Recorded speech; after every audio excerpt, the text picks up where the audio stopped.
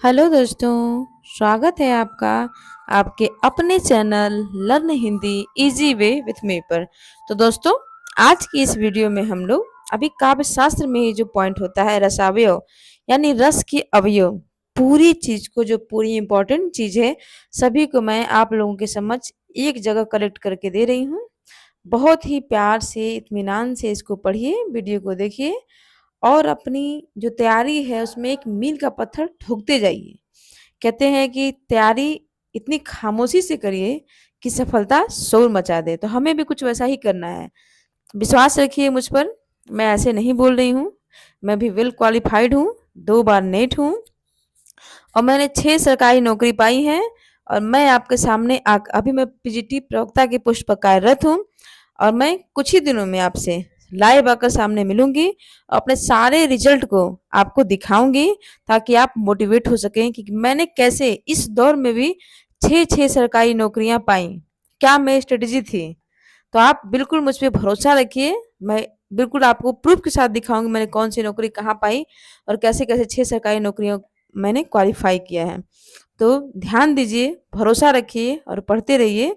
एक दिन वो समय जरूर आएगा जिस दिन आपका भी नाम उस मेरिट लिस्ट में जरूर होगा। तो इस दिन का इंतजार करते हुए अपने तैयारी को करते रहिए। तो चलिए, आपका समय बर्बाद नहीं करते हैं, आप जल्दी से अपना वीडियो शुरू करते हैं।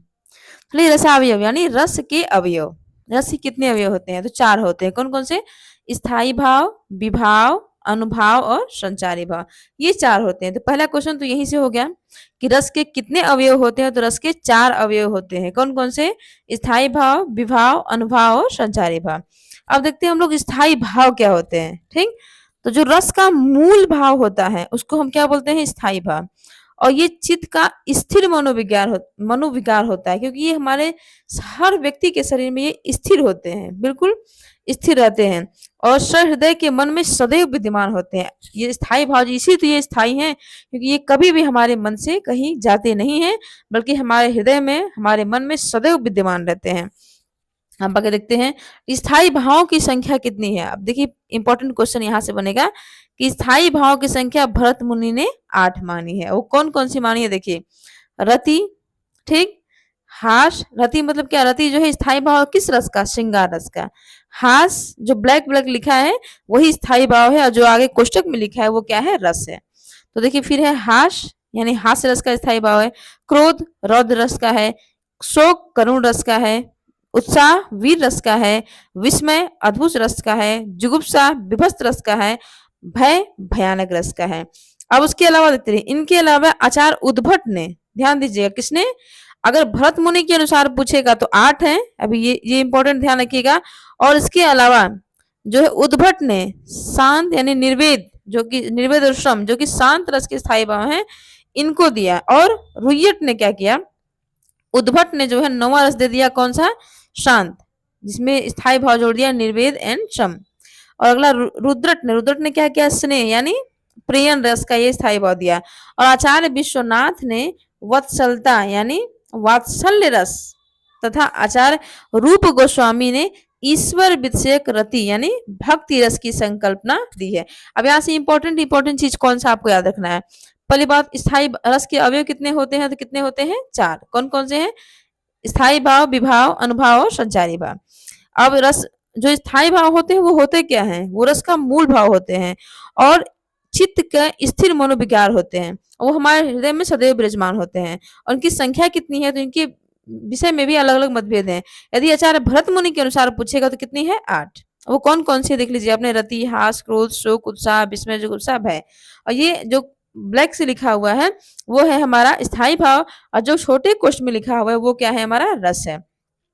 अगर आपको पूछ देगा यानी उद्भट के अनुसार, तो चलिए हम लोग विभाव के बारे में बात करते हैं। ठीक है, तो विभाव क्या है? ये रस के कारण है, हेतु हैं, स्थायी भाव को जागृत करने वाले कारण हैं। और क्या है? व्यक्ति और परिस्थितियों, ये जो व्यक्ति और परिस्थितियां हैं उन्हीं में ये कारण होते हैं। और जब ये नहीं रहते हैं, कौन? विभाव, तो हमारा जो स्थायी भाव वो कैसा आता है? सुसुप्त अवस्था में रहता है, मतलब वो सोया हुआ आता है। वो जहाँ है वहीं रहेगा, कोई एक्टिविटी, कोई क्रियाकलाप वो नहीं करेगा। इसकी 2 विशेषताएं हैं किसकी? विभाव की। कौन कौन सी? वो चित्त का उद्बोधक है, यानी वो इसके जो चित्त को आपके उद्बोधन जगा देता है। स्थायी भाव को रसास्वादनीय बना देता है कौन? ये जो है आपका विभाव। देखिए पैटर्न बदल रहा है, क्वेश्चन पूछने का लेवल बदल रहा है, तरीका बदल रहा है। आप हर एक तरीके पे अपनी नजर, हर एक पैटर्न पे अपनी नजर डालते रहिए। मैं आपको आगाह कर रही हूँ, मेहनत आप करते रहिए। देखिएगा वो दिन दूर नहीं जब आप एक सफल व्यक्ति होंगे। बिल्कुल समाज में आपका एक अलग नाम होगा, अलग पहचान होगी, एक अलग रुतबा होगा। तो इस बात को ध्यान में देकर हर एक दिन इसी सपने में आप जगिए, सोइए, उठते बैठते केवल यही सपना देखिए कि हम तो सक्सेस हैं, हम तो सफल हैं, हम होने वाले हैं, अब मेरा रिजल्ट आने वाला है, मैं सफल हो जाऊंगा या हो जाऊंगी। बिल्कुल इसी मनोबल के साथ आप आगे बढ़ते रहिए। वो दिन दूर नहीं जब आपका भी नाम किसी एक पीडीएफ में छपा होगा। तो देखिए आलंबन, विभाव और उद्दीपन। आलम मतलब होता है सहारा। तो सहारा कौन देगा? जो सजीव होते हैं। ध्यान दीजिएगा, जो रस की उत्पत्ति के जो सजीव कारण होते हैं वो क्या होते हैं? आलंबन। उद्दीपन क्या होता है? एक सेकेंड, देखिए उद्दीपन क्या होते हैं? उद्दीप्त का मतलब बढ़ा देना। तो जो रसोत्पत्ति के जो प्राकृतिक कारण होते हैं वो क्या होंगे? उद्दीपन। और जो सजीव कारण है वो क्या होंगे? आलंबन। ठीक है, ये तो हुई हमारे उसकी बात। एक सेकेंड, अब चलिए अनुभाव के बारे में जान लेते हैं। अनु मतलब अनुकरण करना, भाव मतलब भावों का। जो भावों का अनुकरण करते हैं वो क्या होते हैं? अनुभाव। तो ये रस के कार्य होते हैं, यानी रस का जो कार्य है वही अनुभाव है। अब आश्रय के भाव का सूचक है, विभाव के बाद उत्पन्न होता है। इसी के द्वारा रसानुभूति या रसास्वादन की सूचना प्राप्त होती है। किसके द्वारा? अनुभाव के। यदि क्वेश्चन ये पूछे बदलते हुए पैटर्न में कि किसके द्वारा रसानुभूति या रसास्वादन की सूचना प्राप्त होती है, तो वो कौन है? वो अनुभाव है। उसको देख कर ही पता चलता है कि आप रस में हैं। ठीक है, देखिए इसके चार भेद होते हैं। कौन कौन से चार भेद हैं? देखिए कायिक, वाचिक, आहार्य और सात्विक। ठीक है, अब इन्हीं में से जो सात्विक अनुभाव है इसके 8 भेद होते हैं। कौन कौन से? अब देखिए इसके जो है 8 भेद होते हैं। किसके? सात्विक अनुभाव। कौन कौन से? स्तंभ, स्वरभंग, स्वेद, वैपथु, वैवर्ण, अश्रु, रोमांच, प्रलय। यही क्या होते हैं? इसके 8 भेद होते हैं। स्तंभ होना मतलब बिल्कुल कीम का तब विमूढ़ हो जाना, क्या करना है क्या नहीं समझ में नहीं आना। स्वर भंग मतलब जो आपकी आवाज लड़खड़ाने लगना, आप बोल नहीं पाते, कभी कभी ऐसी स्थिति आ जाती है। श्वेत पसीना निकलने लगना। वैपथु कंपन होने लगा। वैवर्ण आपके चेहरे का जो रंग है वो उड़ जाना। अश्रु आंखों से आंसू निकलने लगना। रोमांच हो जाना, यानी आपका जो रोम है वो एकदम नहीं देखते हैं, कभी कभी वो बिल्कुल खड़े हो जाते हैं, रोमांचित हो जाते हैं। प्रलय जैसी स्थिति बनाना, ये सब क्या है? सात्विक अनुभाव के 8 भेद हैं।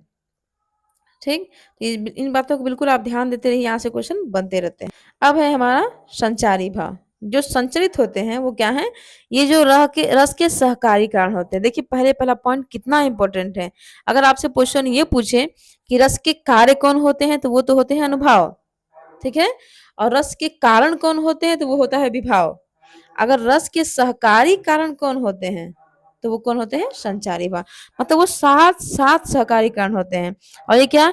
मन में क्षण स्थायी एवं अस्थिर भाव, जो स्थायी भाव की पुष्टि के लिए उसके साथ साथ आविर्भूत एवं तिरोहित होते हैं, वो क्या कहलाते हैं? वो संचारी भाव। यानी वो संचरित होते हैं किसके साथ? स्थायी भाव के साथ। ना ही अनुभाव ना ही विभाव, केवल स्थायी भाव के साथ ये क्या करते हैं? साथ साथ थोड़ी देर के लिए, क्षण स्थायी, थोड़ी देर के लिए स्थायी होते आते हैं और चले जाते हैं।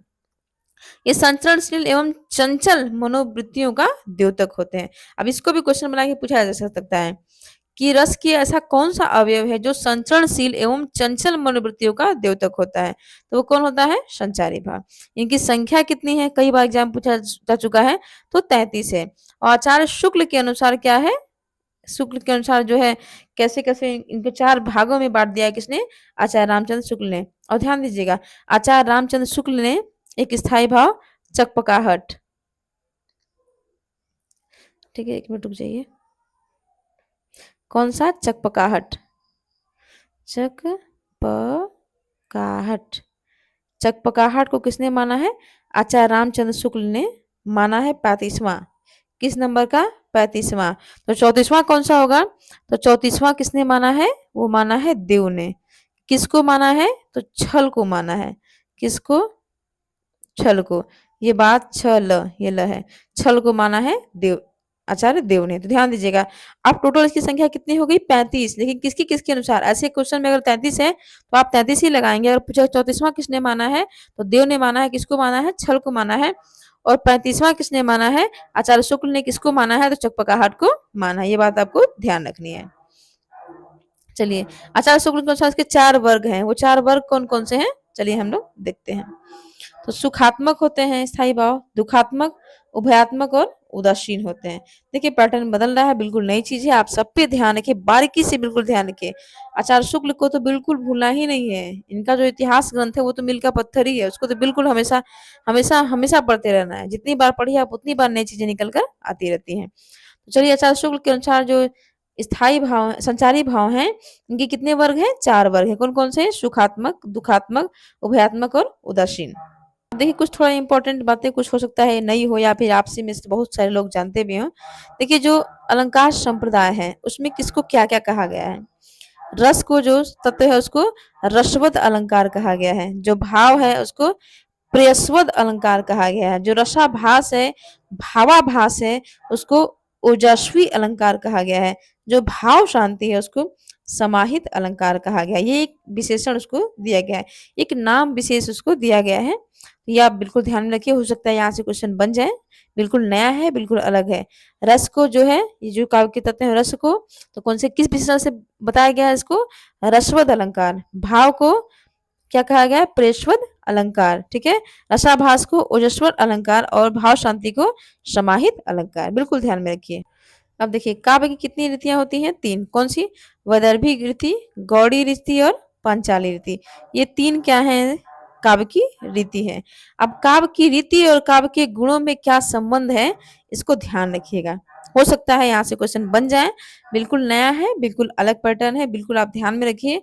देखिए सीट बहुत कम है, कैंडिडेट बहुत ज्यादा हैं, और ऐसे ऐसे कैंडिडेट हैं जिनका ये अंतिम प्रयास हो सकता है। उनके लिए ओवर एज हो रहे हैं, अंतिम चांस मिल गया हो, तो कोई भी अपना अंतिम चांस नहीं जाने देगा, वो जी जान लगा देगा। तो आप भी उसमें क्यों नहीं हो, तो आपकी भी मेहनत यही होनी चाहिए कि उसमें मेरा भी नाम हो। हम भी जी तोड़ मेहनत करेंगे और अपनी जिंदगी को सेट कर लेंगे, अपनी लाइफ को सेट कर लेंगे। चलिए बिल्कुल, वैदर्भी जो रीति है उसका संबंध किस गुण से होता है, तो समस्त गुणों में। यानी समस्त गुण मतलब कौन सा, वो 3 गुण होते हैं ना। कितने गुण होते हैं, 3 गुण। कौन कौन से, ओज गुण, प्रसाद गुण और माधुर्य गुण। ओज गुण होता है, प्रसाद गुण होता है, और क्या होता है, माधुर्य गुण होता है। माधुर गुण, इन तीनों गुणों में से। अब देखिए जो वैदर्भी रीति होती है उसका जो संबंध है वो तीनों गुणों से, यानी समस्त गुण, ओज गुण, प्रसाद गुण, तीनों गुणों से होता है। और ये जो गौड़ी रीति है इसका संबंध किससे होता है, बस ओज से और कांति से। पांचाली रीति का संबंध किससे होता है, माधुर्य गुण से और सुकुमार। जो माधुर्य गुण में क्या होता है, सुकुमारता होती है, उससे भी होता है। तो ध्यान रखिए, वैदर्भी रीति का संबंध किस गुण से होता है, तो तीनों गुणों, समस्त गुणों से होता है। गौड़ी रीति का संबंध किससे होता है, ओज और कांति से होता है। पांचाली रीति का संबंध किससे होता है, तो माधुर्य और सुकुमार से होता है। गुण, काव्य गुण कितने होते हैं, 3। ठीक है, ओज गुण, प्रसाद गुण, माधुर्य गुण। काव्य की रीतियां कितनी होती है, वो भी 3 होती हैं। कौन कौन सी, वैदर्भी रीति, गौड़ी रीति और पांचाली रीति। तो ठीक है, इस वीडियो को यहीं पे बंद करते हैं। वीडियो देखने के लिए धन्यवाद, नमस्कार, प्रणाम।